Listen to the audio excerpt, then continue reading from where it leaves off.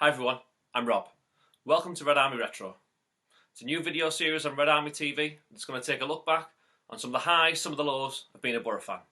Whether it's season reviews, player profiles, looking back at classic kits, here at Red Army Retro we'll have it all. So if you like the video, you like the series, like, comment, share, subscribe, whatever you like, tell your mates, get involved with the Boro chat here at Red Army Retro.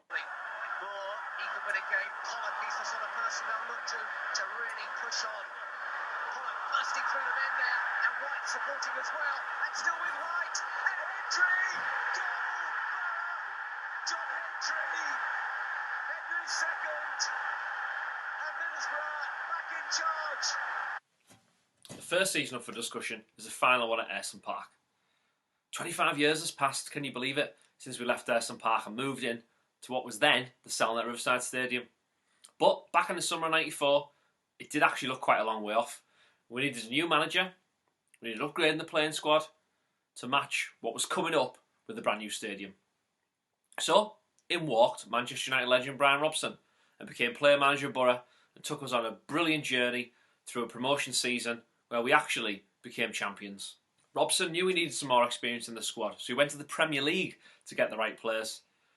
We signed mainly defensive players. We signed Nigel Pearson, who became really a club legend and a captain. And Neil Cox became our first ever £1 million signing to play at right back. One player that came in from Manchester United was Clayton Blackmore. An ex-teammate of Robson's. He's a really versatile player, probably quite underrated actually. He could play right back, right midfield, left midfield. He ended up playing centre midfield sometimes. We also brought in another player, a young player, Jaime Moreno, a Bolivian wonder kid. Now, the wonder kid tag maybe didn't stick. Moreno didn't actually pull up any trees while he was at the Riverside, apart from a few cameos, but when we were back at Ayresome Park, he did play a little bit more in the squad. Over 20 games actually, and in some of the games he did actually look like he had a lot of potential. It turns out, when he went to the MLS and played for DC United, he's actually become one of the highest scoring goal scorers in MLS history. This is going to be one of my favourite parts of every video. The kits. I love a good football kit, and I've actually started to collect a few more. Not just Boro shirts. I have got a few gaps in my Boro shirt collection though, so if anyone's got any spares, just send them along. So, the 94-95 season saw Boro team up with a new kit maker and a new sponsor. The new kit maker was Italian brand Area, and the new sponsor was Dickens. So, taking the home shirt first, there is one thing missing. For some Boro fans, a white band is the only thing that should be seen across the middle of a Boro shirt. For me, as you can see by the one I'm wearing, this shirt and the two behind, there are no white bands to be seen. For me, if a Boro shirt looks good, looks stylish, I'm happy with that. This one doesn't have a white band. I don't mind. I think the design's great. The collar, the cuffs here look great. The little red and white dashes, I think it adds a great touch. And the actual transfer watermarks and the sublimation in the shirt of the Transporter Bridge and the Middlesbrough Football Club badge, I think actually raise the level a little bit more and give you a really great shirt. If you look at the shorts and the socks that went with it as well, some great little details and great little designs. I'd rather have a great looking kit altogether than a red shirt with a white band. As you can see by the size of this shirt, this is my original shirt from the 1994-95 season. The away shirt. Now, again, it features the same watermark pattern and sublimation on the shirt with the Transporter Bridge and the Middlesbrough Football Club badge. And it is striped, like we've had in our past. The difference is, the stripes are not blue and black, but they're a dark green and a lighter green with a mustard trim. Now, to be fair, this shirt is not to everybody's taste, and I totally understand that. It's got a green badge. Green badge, where does that come from? For me, over time, and for a lot of Boro kit collectors out there, it's a classic. For others, it makes them want to vomit.